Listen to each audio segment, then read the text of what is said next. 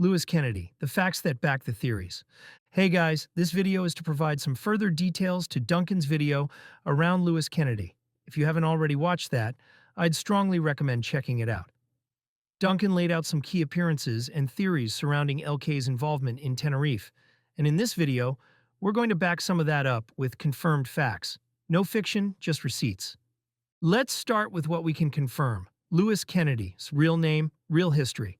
In August 2018, at just 17 years old, Kennedy was sentenced to 4 years detention after a vicious, unprovoked knife attack in Rock Ferry, Merseyside. The victim was another 17-year-old boy, walking down the street with a friend when Kennedy, high on drugs at the time, approached him and falsely accused him of selling cannabis to his younger brother.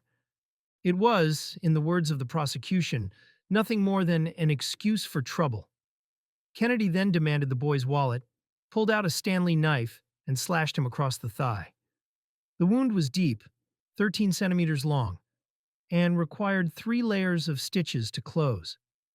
At first, the victim thought he'd been punched. Then he saw the blood soaking his sock. The court was told that the victim had to give up his job after the attack due to fear of running into Kennedy again. He was left with both physical and emotional scars. During sentencing, Judge David Aubrey K.C. described Kennedy as a troubled young man, stating, "You were armed with a most lethal weapon, a Stanley knife. You slashed his leg, causing a most horrific wound. A life could have been lost and a family changed forever." He added that if Kennedy had been an adult, the sentence would have been 8 years, not 4.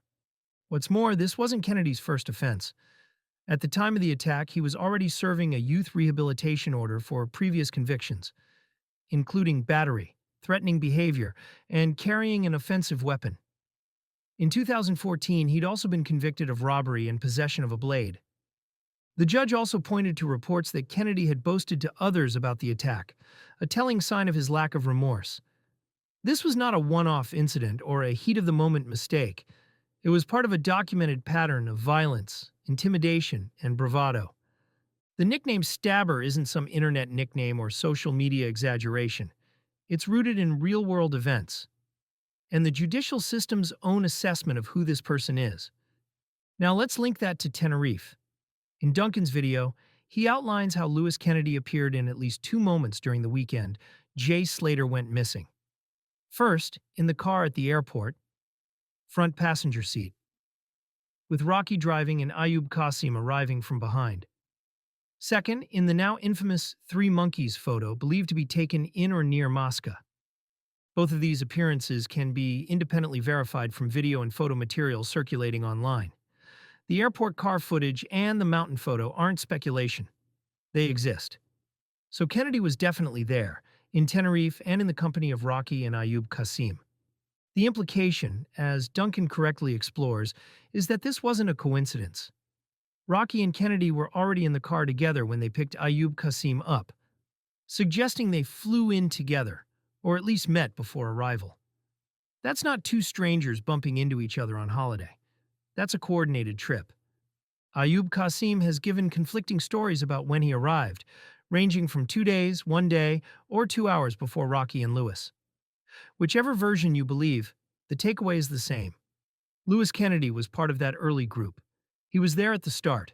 The photo in Masca is also crucial. As Duncan points out, it places Kennedy there directly. We have photographic evidence showing him alongside Ayub Qasim and an unidentified third male. The location appears to be on the road between Masca and Santiago del Teide and is believed to have been taken on the 14th of June, based on a screenshot of Ayub's Instagram story that circulated at the time but has since been deleted. This isn't rumor or secondhand witness. It's a visual timestamp. It strongly suggests that Kennedy wasn't just a tourist passing through that area, but was in close proximity to what we believe was the Airbnb, either on the way there or returning from it. It raised the very real possibility that he had a role to play in that location, whether logistical or otherwise. And after that, he disappears from public view. There's no footage of Kennedy and Papagayos, no beach clubs, no nightlife spots. He's not seen in the usual tourist circuits, where others were spotted. For someone on a festival weekend in Tenerife, that's unusual, and it supports Duncan's theory that Kennedy may have stayed behind in Masca at what we've come to call Narco HQ, while the others moved between locations. This idea that Kennedy's role may have been to remain at the base, to watch, manage, or even keep people out, is speculation. But it's not wild. It's rooted in a pattern. Known violent offender, present at a remote Airbnb, then suddenly gone from all public-facing activity. Duncan goes a step further and presents the decoy theory, the idea that Kennedy could have impersonated Jay Slater walking up the hill to mislead locals like Ophelia. Let's be clear, there is no hard evidence proving this. But it is interesting that no known photos exist of Jay walking up that road, only verbal testimony from Ophelia. And if someone like Kennedy, with a similar build, was used to create a misleading sighting, it would explain why Jay vanished with so little trace. Again, this is not confirmed, but it's consistent with how criminal misdirection works, especially if the aim was to anchor public perception around a false last known location. Let's also not forget the final appearance, a live stream back in the UK, hosted by Ayub Qasim, where Kennedy pops up alongside Rocky. He says very little, but what he does say is strange. Innocent until proven guilty. Who says that after a holiday? That's not a normal response. That's a legalistic mindset. And it tells us one thing. Kennedy knows what this looks like. And then there's something else, not from the weekend Jay disappeared, but from a few months later. In December 2024, around the time of his birthday, photos surfaced on his sister Tia's public Instagram showing Louis Kennedy in Dubai. The pictures weren't subtle. They featured luxury shopping bags including Louis Vuitton and Kennedy wearing what appears to be a 900-pound designer t-shirt. There's nothing illegal about going to Dubai or buying designer clothes. But in the context of someone only a few years out of youth detention, with no known public career or profession, it naturally raises questions, especially considering the company he was keeping during the Tenerife trip. We're not claiming to know where the money came from, whether it was family-funded, gifted, or otherwise. That would be speculation. But the optics do matter. In a case surrounded by individuals with known links to fraud, drugs, and county lines activity, sudden wealth and luxury travel don't go unnoticed. These destinations, Dubai, Ibiza, Morocco, are considered luxury getaways for most working adults.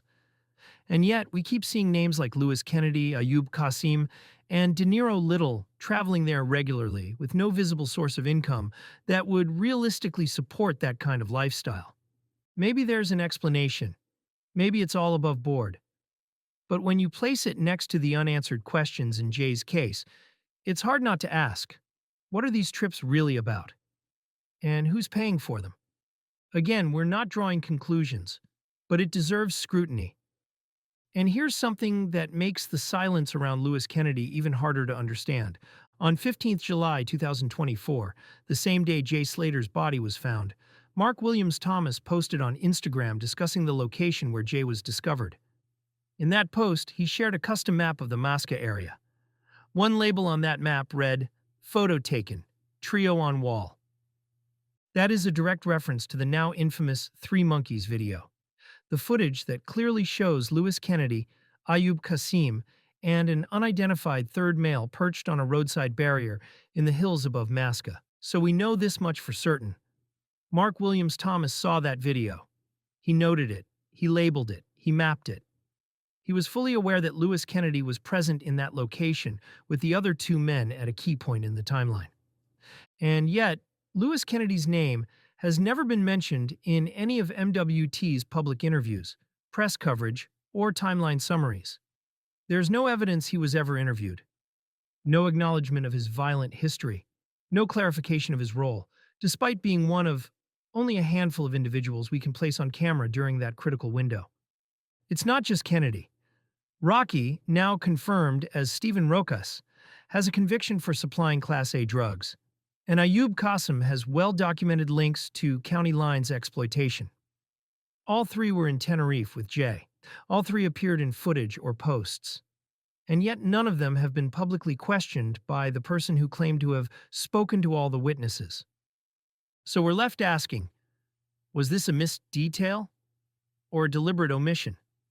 We're not making accusations, But when hard evidence exists and key names are being ignored, someone needs to speak up. So to sum it all up, yes, Kennedy's role remains unclear. But what's not unclear is he has a violent, documented past. He was definitely in Tenerife. He was with Rocky and Ayub Qasim early and up in Masca. He vanished from all public footage for the remainder of the weekend.